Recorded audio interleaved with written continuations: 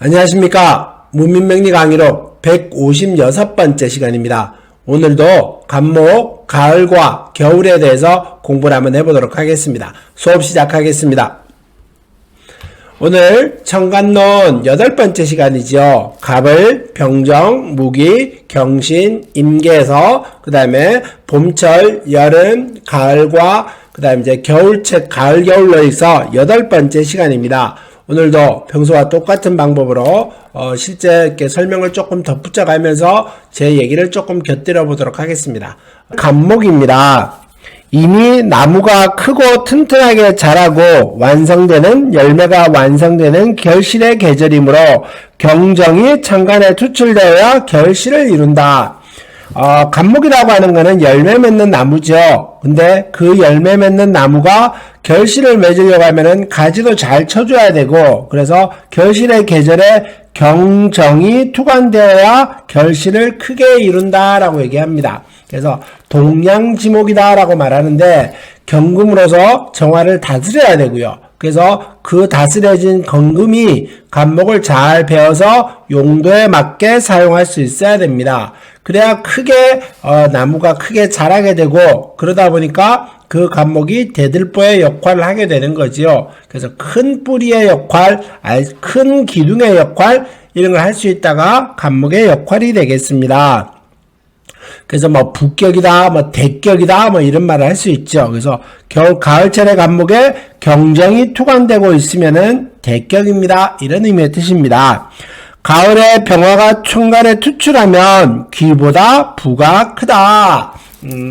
병화는 하늘의 태양빛입니다. 하늘의 태양빛이다 보니 그 태양빛의 의미는 경금이라고 하는 것을 다스릴 수는 없습니다. 굳이 얘기하면은 그 경금의 어떤 녹슬게 하거나 경금을 어떤 빛을 내게 할 수는 있다라고 말합니다만은 그 경금을 잘 다스려서 그 경금의 기세를 어떻게 써먹게 만든다라든가 이렇게 하기는 좀 쉽지 않다, 이런 말입니다. 그러니까 이 정화가 있어야, 불이 있어야, 에너지가 있는 열 에너지가 있어야 경금을 다스립니다. 병화로서는 경금을 다스리기 좀 어렵다, 이런 말이겠죠. 그래서 또 그 상황에서 병화라고 하는 것은 개수와의 관계를 한번 살펴볼 수밖에 없습니다. 가을에 병화가 투출하면 귀보다는 부가 크다는 의미는 이 갑이 있는데 개가 그 갑에다가 어떤 조후를 조절하려고 하는데 이 병화가 있게 되면은 이 두 개 그림은 하늘에 태양에 때로는 구름 낀 격을 말을 하는 겁니다. 그래서 크게 부하기는 하겠지만은 귀하지는 않다, 이런 의미의 뜻이기 때문에 병과 개는 서로 어울리는 조합은 아닙니다. 아주 어떤 상황이 오기 전에는 기본적으로는 어울리는 조합이 아니다 보니 귀보다는 부가 크다, 이런 말이고요. 그 다음에 병화, 을목, 개수가 천간에 투관하면 역마로 외부에 돌아다닙니다, 이런 말입니다. 아무래도 아까 얘기했듯이 개수가 병화를 어떤 가리게 되고요. 빛을 가리게 되고, 개수가 이 태양빛을 가리게 되다 보니까 어떤 역마의 작용으로 인해서 멀리 돌아다니고, 그래서 어떤 뭐라 그래야 될까, 큰 열매를 갖게 하기에는 좀 쉽지 않다, 이런 말이 되는 것 같습니다. 그래서 뜻은 높이 갖고 있기는 하지만은 아주 큰 뜻을 품고 있기는 합니다만은 그것이 결실이라든가 어떤 큰 열매를 맺는다라든가 이런 의미처럼 읽어가기는 어렵다, 이렇게 얘기할 수 있겠죠. 그 다음에 한번 이제 설명을 조금 이렇게 묘하게 하나 달아놨습니다. 개수 플러스 기토 플러스 병화, 이렇게 놨습니다. 이건 어떤 능력이 있을까요? 간목일주에 개수가 있다라든가 기토가 있다라든가 병화가 있었을 때 이런 경우는 어떤 설명을 할 수 있느냐라고 말하면은 특히 이제 재물에 대한 능력, 때로는 어떤 수단, 어떤 잔재주, 이런 의미를 말을 합니다. 그래서 학문이라든가 어떤 사람을 다스린다라든가 어떤 하나의 큰 부의 기질, 귀한 기질보다는 어떤 현실에 맞는 학술, 종교, 가르치고 또 약간 머리를 써서 어떤 재물을 이뤄내고 수단이 좋고 방법이 좋고 이런 말은 할 수 있겠지요. 그래서 그런 의미로는 써먹을 수 있긴 합니다만은 경금이 있어야 대격을 이루게 되는데 그 대격을 이루기에는 개수나 기토나 병화가 있게 될 경우에는 이 간목이 가을철 간목이라 그래도 대격을 이루기는 쉽지 않겠다, 이런 말이 됩니다. 그 다음에 가을 간목이 일점 화기가 없을 때 맑게 생성이 되면 향목, 양목이 되며 사상, 철학, 연구 등으로 발달하여 만인의 귀감이 됩니다. 아주 좋은 말이죠. 그래서 가을이라고 하는 것이 일점 화기가 없이 맑게 된다는 말의 의미는 뭘까요? 이거는 맑다는 의미의 뜻은 화기가 없다는 의미의 뜻은 뭐 유월이라든가 때로는 갑자일이라든가 뭐 이런 뜻의 의미가 크겠죠. 그래서 향목, 양목 이런 말들이 여기에서 나오게 되는데 임이 들어간다, 임신월이다 뭐 이런 의미가 돼버리면은 이거는 임은 너무 많은 물이기 때문에 맑게 생성된다 의미보다는 너무나 큰 물로 인해서 간목이 상처를 입을 수 있습니다. 그래서 이 임수보다는 개수 정도의 물은 원하는 겁니다. 특히 신유술월의 개수 같은 경우는 나름의 쓰임새가 있기는 합니다만은 신유술월의 임수는 너무나 큰 물이기 때문에 꼭 그게 필요하다, 맑게 만든다, 향목이 되게 한다 이렇게 말하기는 어렵다 이런 말의 설명이겠죠. 가을에 정화가 투건하면 자기 몸을 불태워서 활인지명이자 기술자, 의사, 목사, 신부가 되는 경향이 있다. 이런 경우는 참 많이 봅니다. 특히 간목이 가을에 태어났는데 경금이 없었을 때, 정화가 있었을 때, 때로는 임수가 연에 있고 월에 정화가 있고 뭐 일에 간목이 있고 이런 상황이 있었을 때는 의사를 참 많이 보게 됩니다. 그래서 이런 경우에는 자기 자신의 어떤 상관의 기질이기 때문에 살신성인의 손재주 어떤 뭘 살리고 베풀고 나누고 활인지명 이런 말을 하는 거죠. 그래서 그런 역할이 있겠다 이렇게 얘기할 수 있겠습니다. 가을 겨울에 임계가 투출하면 냉한 계절인데 더욱 냉하게 하므로 만사불성이다. 아까 말씀드렸다시피 가을과 겨울은 기본적으로는 온도가 차기 때문에 어떤 물이라든가 이런 게 필요치 않습니다. 근데 너무나 많은 물이 흐른다 이랬었을 때는 그 간목의 기질이 얼어버려서 그 간목이 크게 성장하지 못한다 이런 의미의 뜻이기 때문에 그래서 뭐 막노동꾼이라든가 뭐 아주 좀 귀하다라고 갑이 갖고 있는 큰 열매처럼 귀하다라고 말하기는 어렵겠다 정도가 되겠죠. 가을에는 사주에 충이 있으면 좋은 경우도 많다. 예. 전에도 늘상 말씀드렸지만은 충이 있다 없다지 충이 좋다 나쁘다는 아닌 겁니다. 형이 있다 없다지 형이 좋다 나쁘다는 아니다 이런 말이 되겠죠. 그래서 충이라고 하는 거는 어떤 형태로 깬다 부신다 이런 의미의 뜻도 되겠지만은 한편으로 따지면 간목이 있다는 충은 뭐겠습니까? 간목의 입장에서 충은 경금이겠지요. 이 갑경충의 작용이 있는데 이 충의 작용은 간목의 가지를 다듬는다 이런 의미로 쓰이기도 합니다. 간목을 베어버린다 라고 얘기하는 것은 간목이 너무 연약하거나 때로는 경금이 너무 강했었을 때 간목을 베어버린다 정도까지는 되겠지만은 여기는 베어버린다 까지는 아니고요. 이렇게 갑과 경이 있다라고 하면은 갑이 그 경금에 의해서 잘 다듬어지고 있다. 가지가 잘 베어져서 큰 나무로 성장할 수 있게 잘 베어지고 있다. 이런 정도로까지 기억하시기 바라겠습니다. 나무가 여물었으니 동양목으로 써야 하기에 경정이 투관하여야 부귀하다. 그래서 가을 겨울은 특히 가을에는 경금과 정화의 작용이 아주 자꾸 얘기가 나옵니다. 그래서 가을에 태어난 간목은 경정이 있어야 부귀하게 될 것이다. 그래서 어떤 제목으로 쓰기에는 나무에 물기가 없어야 되기 때문에 여름과 봄은 아무래도 나무가 물을 많이 뽑아 올리지요. 그렇기 때문에 물기보다는 경정이라고 하는 그 간목을 다듬어 줄 수 있는 기운이 더 필요하다. 이런 말입니다. 경금이 투관했다. 이럴 경우에는 특히 이제 가을이지요. 가을에 간목에 경금이 투관했다라고 하는 말은 이거는 대격으로 들어갈 소지가 큽니다. 그래서 가을 간목에 경금이 투관했다라고 하면은 큰 명예를 가지게 되고요. 그 다음에 그 명예가 좀 뭐 나쁜 의미는 뭐 설명하지 않겠습니다만은 간목에 경금의 조화가 이루었다는 의미의 뜻은 기술자, 능력자로 대격을 이루면서 권력을 얻을 것이고 그 권력으로 크게 장구하게 될지도 모릅니다. 그런 경금이 작용이다 라고 얘기할 수 있겠고요. 만약에 정화가 있다. 뭐 가을에 간목에 정화가 있게 되면은 기술자, 신부, 우리 이제 멱술인, 뭐 활인의사, 교육자 이런 것들처럼 능력을 충분히 갖추고 있으면서 뭘 하더라도 뭐 잘 만들어낼 수 있는 기술자의 삶이다 이렇게 얘기할 수 있겠죠. 병화로 투관 열매 맺게 하였으나 부화지는 나지 않다. 병화가 투관되면은 열매는 맺게 됩니다. 뭐 큰 의미로 따지면은 경금은 명예가 있고 정화는 재주가 있고 병화는 재물을 이루게는 합니다. 그렇지만 이제 부하다는 의미의 뜻과 귀하다는 의미의 뜻은 조금 다르죠. 부는 크게 말하면 재물을 말하게 되고 귀는 명예를 말합니다. 그러니까 부하다는 의미의 뜻은 충분하지만은 귀하다, 명예가 크다라고 말하기는 어렵겠다. 뭐 이런 정도까지 설명을 하고 가도록 하겠습니다. 다음 게 겨울철의 간목론입니다. 이미 나뭇잎이 낙엽이 되어 모두 떨어져 동량지목으로 사용함이 마땅하므로 정화와 경금이 있어야 베어냄이 좋다. 아주 중요합니다. 간목이 있는데 겨울에 이제 간목이 겨울이라는 의미의 뜻은 열매도 다 떨어졌고 이제 나뭇잎밖에 없다, 아직 가지밖에 없다 이런 의미의 뜻이 되기 때문에 이걸 베어서 잘 쓰려고 하면은 경금과 정화의 작용이 반드시 필요하다 이런 말의 설명이겠죠. 그 다음에 지지에 인묘가 있으면 뿌리가 살아있어 생목이므로 해동이면 자라나무가 되니 병화를 취용한다.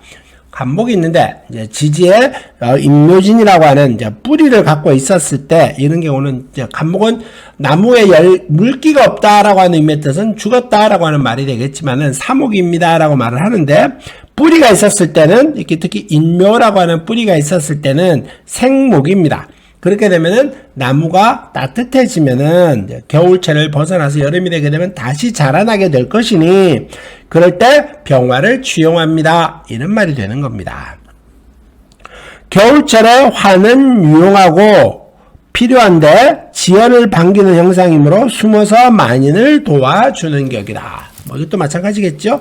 하늘에 태양이 내리게 되면은 간목이 조금 더 흐트러지게 될 것이고, 근데 정화라고 하는 불기는 태양빛에 엮이고는 조금 다른 느낌입니다.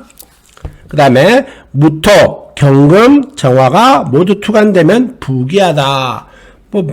경금과 정화는 특히 말했죠. 경은 명예를 말하고 정은 재주를 말하는데 경정이 같이 있었을 때 경금으로서 정화를 잘 다스려서 도끼를 만드는데도 아주 튼튼한 도끼를 만들 것이고, 무토가 있었다 그러면은 그 나무가 뿌리심을 땅까지 넓어지게 될 것이니 명예와 금전을 함께 얻게 될 것이다. 뭐 이런 말하게 되는 겁니다. 개가 투출하면 눈보라가 날리고 추운 형상이니 보온이 되지 못하면 가난하고 고독할 것이다. 개수는 겨울의 개수는 특히 마찬가지입니다. 물이고 때로는 하늘에서 내리는 설이고 이러다 보니까 이 개수가 있었을 때는 간목이 얼어버릴 수 있습니다. 그래서 개수가 병화가 있으면 개수의 역할을 좀 막아주기는 하겠죠. 근데 간목이 개수가 옆에 있느냐 병화가 옆에 있느냐에 따라 설명이 좀 다르긴 하지만은 그래도 개수가 투출됐다는 의미의 뜻은 하늘에서 서리가 내리고 하늘에서 비가 내리기 때문에 간목이 얼어버리기 때문에 그 역할은 크다라고 말하기는 어렵다. 그래서 이럴 때 이제 무토가 있어서 개수를 확보해서 따뜻하게 만들어준다라든가 이렇게 될 경우는 또 대격이 되기도 합니다만은 그래도 기본적으로는 개수가 투출했다라고 하는 의미의 뜻으로서는 간목이 얼어버리기 때문에 큰 역할을 하기는 쉽지 않겠다. 이런 말이 되기도 합니다. 그 다음에 보겠습니다. 겨울철에 태어난 간목이 인묘에 지지가 있고 병화를 용신으로 사용할 경우에는 대운이 남방 화운으로 흐르면 고목이 회춘하는 경우로 길하다. 이런 것까지 다 따지다가 보면은 너무 사주의 예전 어떤 이거는 하나의 흐름이 아니고 하나의 어떤 상황들을 말하게 되는데 마찬가지겠죠. 겨울에 간목이 인묘가 뿌리에 있었으면은 생목이라고 표현을 했었는데 날씨가 해동이 되면은 따뜻한 기질이기 때문에 병화로서 그 역할이 충분히 있을 것이다 라고 말하는데 병화를 용신으로 쓰는 판에 대운이 남방 화운으로 흐르면은 고목이 회춘한 경우로 잘 살아난다. 이런 말이니까 좋겠죠. 겨울 간목이 지지에 사유축이 있어 금국을 이룰 때 대운이 남방운으로 흐르면 운이 따뜻한 방향으로 흘러 돈이 있으나 지지의 금국이 간목의 뿌리를 상하게 하므로 병이 있을 것이다. 어떻겠습니까? 이게 따뜻한 방향으로 뿌리를 상하게 합니다 라고 합니다. 그래서 지지의 금국이라고 하는 말은 간목이 나무가 자라 올라가려고 하는 땅 속에 돌이 많다. 때로는 그 자갈이 많다, 때로는 넓고 따뜻한 흙이라기, 넓은 땅에서 옥토라고 하는 느낌보다는 자갈밭 느낌이 크겠지요. 그러다 보니까 뿌리가 상하게 될 것이고, 뿌리가 상하게 되면은 건강이라고 하는 문제와 항상 연관이 됩니다. 그래서 건강 문제가 쉽지 않다. 그래서 상하게 된다는 뜻은 병의 의미는 그런 어떤 내가 크게 자라 올라가기는 어려울 것이다. 이런 의미의 뜻의 서식 설명이겠죠. 그 다음에 간목, 병화, 무토가 나타나면 기라고, 병화가 없고 무토만 있으면 얼지 않게 하지만 하는 상황이므로 중격이어서 잎몇 뿌리가 있으면 관상목으로 봄에 키울 나무이다. 특히 겨울은 해자축월에, 이제 지금 겨울철 간목론이니까 해자축월에 겨울에 간목론이라고 했었을 때는 결국은 춥고 냉합니다. 그럴 때 나무가 얼지 않게 무토로서 땅에 이제 습기를 제해야 되고요. 하늘에 임계가 이미 있다라든가 개가 있었을 때 무토의 역할은 아주 크게 됩니다. 그래서 이 무토가 얼지 않게 만들어줘야 되고, 그래서 인묘가 뿌리까지 있다라고 하는 상황일 때는 봄에 어떤 상황에 어떤 좋은 어떤 상황들을 겪을 수 있기 때문에, 그래서 그나마 크게까지는 몰라도 살아가는데 크게 어려움은 없겠다. 요런 정도까지 설명은 가능할 듯 합니다. 그 다음에 무토가 투가 나였는데 지지에 화의 뿌리가 있으면 나무가 얼지 않는 상황이어서 의식 걱정은 하지 않는다. 똑같겠죠? 병화가 있으면은 북격이다 라고 했었었고요. 그 다음에 얼지 않는 의식 걱정이 없다는 말의 의미는 아까 뜻이 크게 금전적으로 어려움이 없을 것이다, 이런 말이 의미의 뜻입니다. 그래서 크게 잘 산다, 못 산다 이렇게까지 말아도 그냥 살아가는데 아무 문제 없다. 그 다음에 간목, 겨울 간목에 병화가 투가 나면 머리가 영특하고, 무토가 투가 나면 재가 많아서 가불목이 또 투가 나면 나쁜 친구를 사귀는 격이니 흉하다. 이제 특히 겨울철에는 무토의 어떤 상황들을 잘 살펴야 됩니다. 그래서 간목이 얼으려고 할 때 무토가 잘 조절해 주기도 하는데, 근데 이 간목이게 되면은 이 가불목이 또 투가 나면은 나쁜 친구를 사귀는 격이라는 의미의 뜻은, 겨울철에 간목은 무토의 쓰임새가 잘 중요하게 되는데, 근데 갑이 이 무토를 또 극합니다. 투관을 했기 때문에, 원래 갑인데다가 또 투관을 했기 때문에 이 무토를 극을 당하기 때문에, 그래서 나쁜 친구를 사귀는 경우라서 좀 흉하다. 그러면 무토가 잘 조율하거나 이러지는 어렵겠다, 이런 말이 되겠죠. 겨울에 조후로 지지에 무토 한자만 있어도 의식 걱정은 하지 않는다.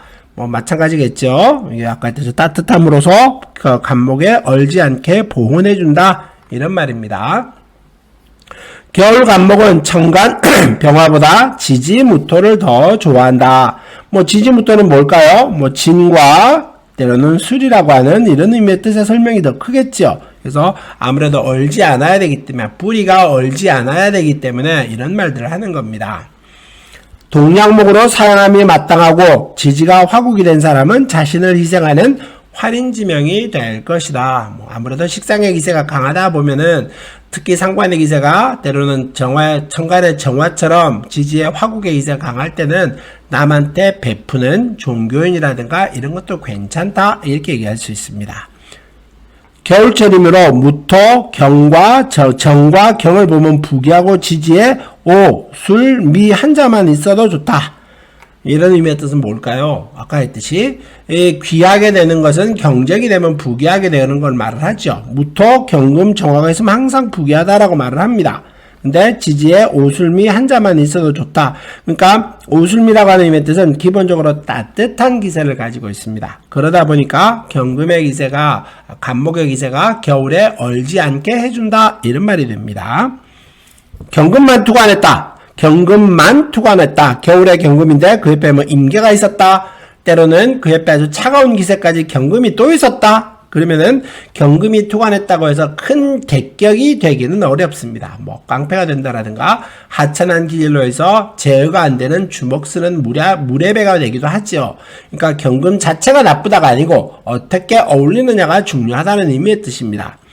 병화가 투관하면은 총명하고 어떤 재주는 있겠다 뭐 이런 뜻은 되겠죠. 그래서 밖에서 간목이 태양빛을 받으면서 어떤 형태로 태양빛을 받다 보니 성장하려고 하고 잎을 키우려고 합니다. 그러니까 열심히 뭐 움직인다 이런 말이겠죠. 재주도 많고 근데 뭐가 잘 되지 않는다. 근데 임묘준 중에 한자만 있어도 활목이다. 이럴 때 요게 의미가 써 있게 됩니다.